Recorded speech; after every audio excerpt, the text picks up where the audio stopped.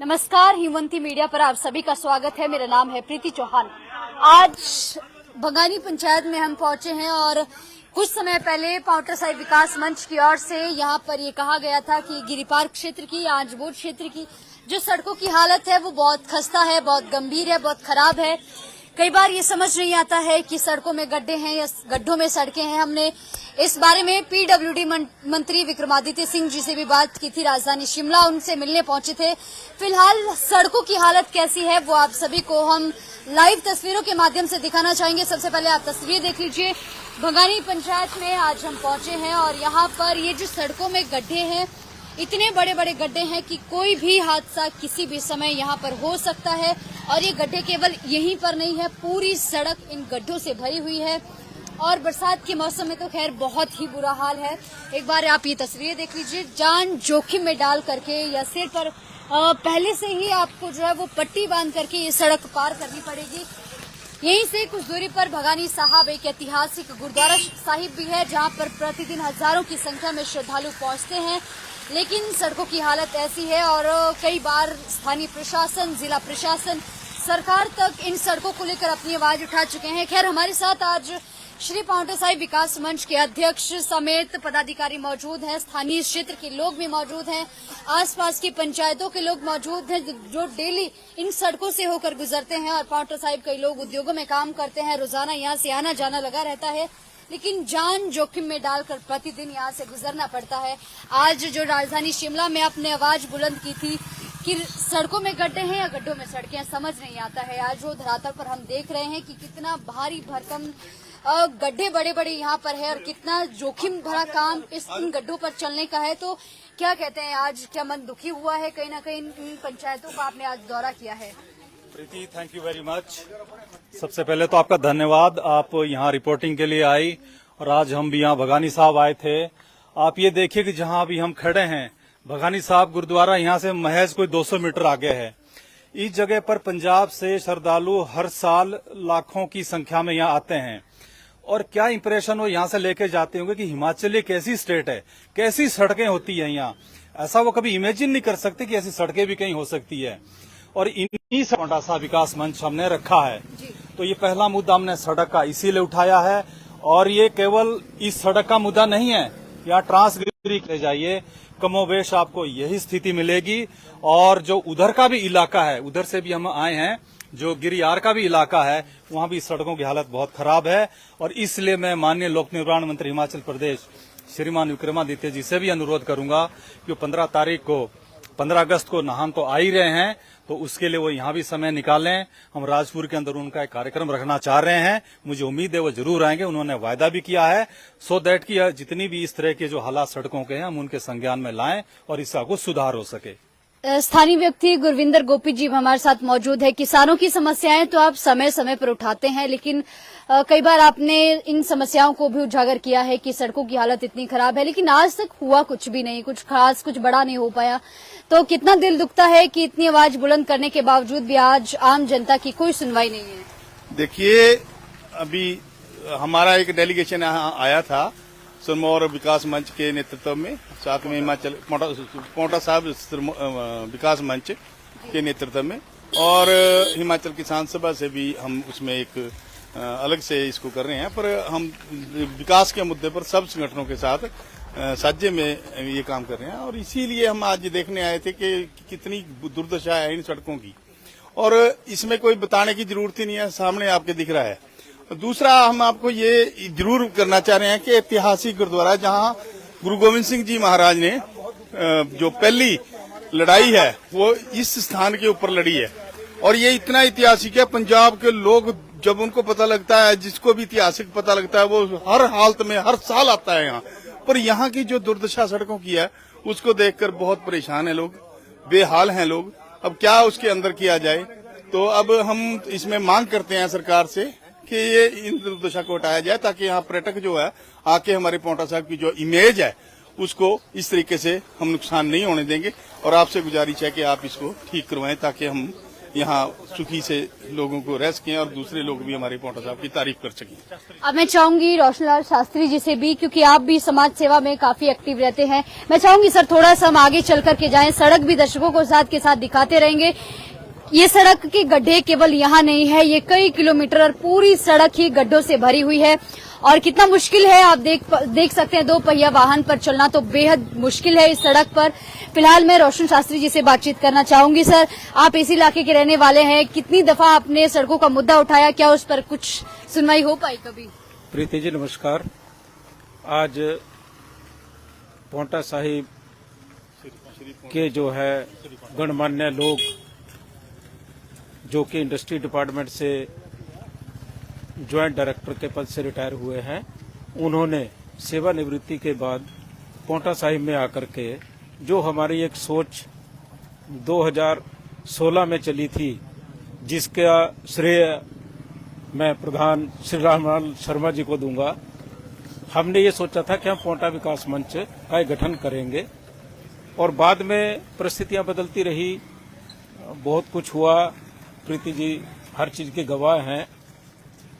अब ज्ञान चौहान जी ने श्री पोंटा साहिब विकास मंच का गठन किया है, जिनकी बागडोर चौहान जी के पास है।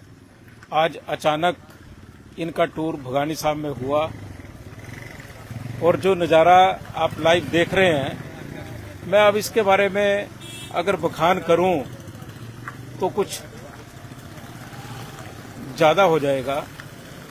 2015 में इस रोड का नामकरण हुआ MDR 94, जिसका श्रेय कांग्रेस गवर्नमेंट के तत्कालीन विधायक गणेश जंग चौधरी को जाता है। उसके बाद हमारे क्षेत्र के 5 बार के रणनीतिकार और व्याख्याकार और यहाँ के भाग्य लेखाकार जो अपने आप को मानते हैं, चौधरी सुखराम जी जो वर्तमान में विधायक हैं, उन्होंने यहाँ पे एक पद यात्रा निकाली थी। अगर प्रीति जी आपको ध्यान हो, डाकपत्थर से लेकर के पोंटा तक उन्होंने पद यात्रा निकाली थी कि मैं इस सड़क का कायाकल्प कर दूंगा, मुझे सत्ता में आने दो। लोगों ने सत्ता में आने दिया, भाजपा की सरकार बनी और उसी कार्यकाल में उनको बहुत अच्छी जिम्मेदारी भी मिली।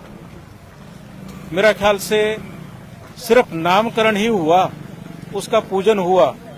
बजट के नाम से जहां तक मेरी जानकारी है वो 5 बार डिपार्टमेंट बदले हिमाचल सरकार की तरफ से, लेकिन बजट के नाम से 1 रुपया भी यहाँ पे नहीं दिया गया। परसों हमने उनका इंटरव्यू किया, हमने ये बात उनसे पूछी कि सड़कों की हालत इतनी खराब है, आप विपक्ष में हैं, अभी मौका भी है कि आप सरकार को घेर सकते हैं, लेकिन उनका ये कहना था कि सड़कें बहुत अच्छी है, बरसात में खराब हुई है।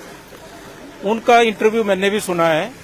उन्होंने कहा कि समय आने पर और उचित स्थान पर मैं ये बात करूंगा। तो गिरी पार के क्षेत्र के लिए ना तो वो उचित समय आता है, ना वो उचित स्थान कभी प्राप्त हुआ है। यहाँ का जहां तक मेरी जानकारी है, अगर मैं गलत हूंगा तो मैं अपने शब्द वापस ले लूंगा, 40 करोड़ रुपए इस सड़क का एक्चुअली क्या है, 2 विभाग हैं इसके बने हुए, एक पोंटा से पुरुवाला और एक पुरुवाला से डाकपत्थर। तो जो पुरुवाला से डाकपत्थर का पैच है, इसका सबसे पहले काम करने के लिए बजट आया था, मगर गिरी पार के क्षेत्र में वो बजट ना लग करके अगर कोई व्यक्ति उसकी RTI ले तो सारा खुलासा हो जाएगा। वो गिरी पार के क्षेत्र में वो बजट लगा हुआ है, जिसमें पुल भी बने हैं, सड़कें भी बनी हैं। मैं ज्यादा नहीं कहूंगा, मेरी बात को संक्षेप में सारा कुछ समझ लें। मंत्री विक्रमादित्य सिंह जी से इन्होंने आग्रह किया है, शिमला में मिलने भी गए थे और कहा भी है कि आप आए, क्या उम्मीद है कि वो आएंगे और बात सुनेंगे? देखो, अगर वो चाहते होंगे अपने पापा की तरह कि मैं हिमाचल निर्माता का बेटा हूं, और राजा साहब ने कभी भी भेदभाव नहीं किया क्षेत्र के लिए, परंतु अब वर्तमान स्थिति ये है कि हमारा 3 साल से बना हुआ ब्रिज इंटरस्टेट कनेक्टिविटी का सिर्फ 650 मीटर लंबी सड़क हिमाचल सरकार उसको नहीं दे पा रही है, ताकि हमारी 24 पंचायतें, 24 क्या मैं तो ये कहूंगा सलाई कंस्टिट्यूंसी और पोंटा कंस्टिट्यूंसी का एक मेजर पार्ट उसको लिंक करेगा, जहां की मेन मार्केट विकासनगर है और उत्तराखंड से राजधानी देहरादून के नजदीक है। तो मैं अधिक ना कह करके मैं ये कहूंगा, अगर विक्रमादित्य जी अपने आप को हिमाचल के नेता समझते हैं तो वो भगानी आए, एमडीआर का सर्वे करें, बिना किसी काफिले से आ सकते हैं घर की तरह। अगर चाहें सूचना दें तो स्वागत करेंगे, नहीं चाहें तो रात को एक टूर मार लें और सारी स्थिति प्रीति जी को साथ में ले आए और सारी की सारी स्थिति वास्तविकता पता चल जाएगी। सर, आपने भी राजनीति को बहुत नजदीक से देखा है। इन सड़कों की ये हालत है गिरिपार क्षेत्र में, क्या स्थानीय जनता उस बुलंदी के साथ आवाज नहीं उठा पाई या फिर नेताओं की कहीं कोई कमी रही है? कहाँ कमी रही है जो मुद्दे ये हल नहीं हो पा रहे हैं? मैं सबसे पहले धन्यवाद करना चाहूंगा माननीय ज्ञान चौहान जी का, जिन्होंने इस मुद्दे को लेकर इन सड़कों की हालत को देखते हुए जो हमारे जो लोक निर्माण मंत्री है विक्रमादित्य जी, उनसे जाके मिले और इस पीड़ा को समझा। रोशन शास्त्री जी है, इन्होंने हमेशा बार बार इन सड़कों के मुद्दे को उठाया है। तो ये लोग यहाँ के लिए चिंतित है, ये चाहते हैं कि यहाँ का विकास हो। लेकिन जो हमारे स्थानीय नेता है, 5 बार के विधायक है, उनकी जो पीड़ा, जो जैसा भी इन्होंने कहा कि भाई मैं सही मौका, अब इनको 5 बार से ज्यादा कितना मौका दें कि इन सड़कों की हालत को कैसे सुधारा जाए। 5 बार से 25 वर्ष का जो मौका दिया गया, अगर पब्लिक फिर भी इनको मौका देना चाहे तो फिर तो पब्लिक ही नहीं चाहती कि ये विकास हो। लेकिन अब बहुत हो चुका है, इनको बार बार मौका ना दिया जाए। जो समाज सेवी लोग हैं उनका साथ दें और इन सड़कों की हालत को सुधारें। मैं तो यही कहना चाहूंगा, भाई जो हालत है दिख रहा, अभी देखा आपने, अभी एक चंडीगढ़ नंबर की बस यहाँ से निकली, ये जो ऐतिहासिक टूरिस्ट उसमें थे, ये जो ऐतिहासिक गुरुद्वारा है हमारे पोंटा साहिब में, बंगाणी साहब में, यहाँ पर लाखों श्रद्धालु आते हैं सीजन में। आजकल गर्मियों के सीजन में यहाँ पर लाखों श्रद्धालु आते हैं, लेकिन वो इन सड़कों से गुजरते तो देखते हैं कि भी हम अपने जो गुरु महाराज के पवित्र स्थान पर यहाँ पर जाते हैं और सड़कों की हालत ये है, तो वो क्या संदेश लेके जाएंगे। और धिक्कार है ऐसे विधायक के लिए कि जो इन सड़कों की हालत को 5 बार विधायक बनने के बाद भी नहीं सुधार सका। तो मैं तो शेम उस व्यक्ति के लिए कहूंगा कि भाई वो 5 बार विधायक रहने के बाद भी इन सड़कों की हालत को सुधार नहीं कर सका, तो वो उसके लिए बहुत बड़ी शर्म की बात। चलिए, बहुत बहुत धन्यवाद और उम्मीद करते हैं इसी बुलंदी के साथ स्थानीय लोग अपनी आवाज को उठाएंगे। आप यहीं के रहने वाले हैं, डेली कॉलेज जाते जाते होंगे। ये सड़कें जो है वो ऐसा लगता है कि अभी गिरेंगे या अभी गिरेंगे। आप क्या महसूस करती हैं, क्या देखती हैं? क्या कभी ऐसा मन करता है कि मैं भी एसडीएम के पास जाऊं, अपनी आवाज को उठाऊं कि कितनी मुश्किल, कितना दर्द होता है, कितना दुख होता है सड़कों की हालत को देख करके? मैम, सबसे पहले तो मैं आप सबका धन्यवाद करना चाहूंगी। स्पेशल मैं मिस्टर ज्ञान सिंह सर का धन्यवाद करना चाहूंगी।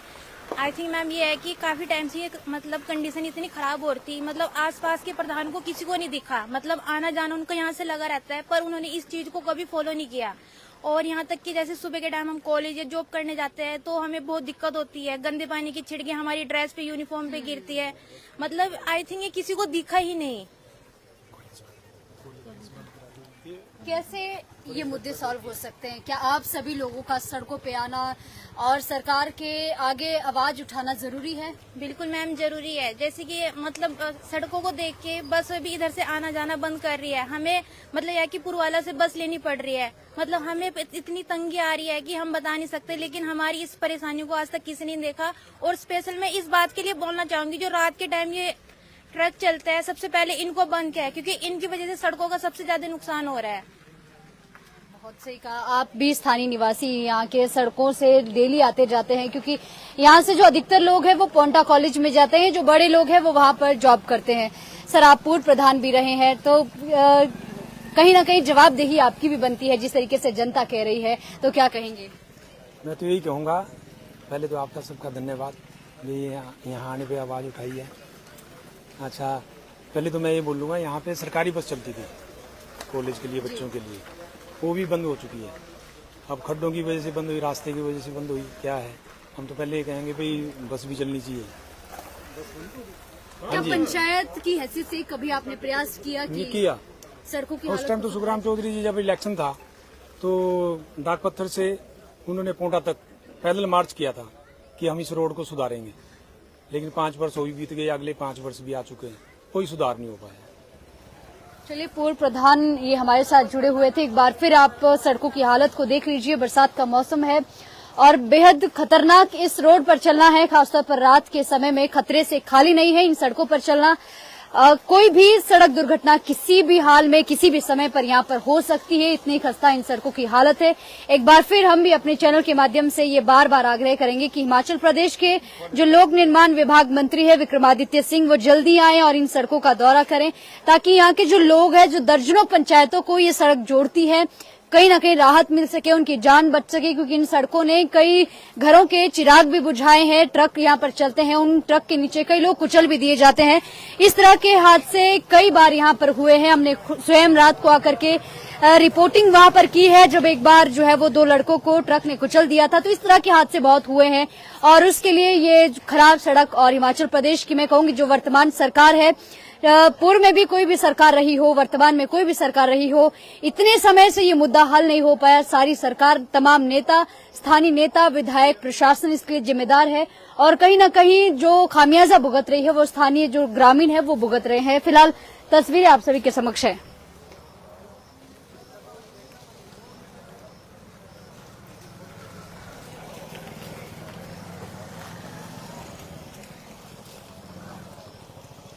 और दर्शकों, जनहित से जुड़े मुद्दे को आप सभी के बीच में इसी तरीके से रखते रहेंगे। अभी के लिए फिलहाल इतना ही। जल्द ही मिलूंगी नई कवरेज और नई जानकारी के साथ। नमस्कार।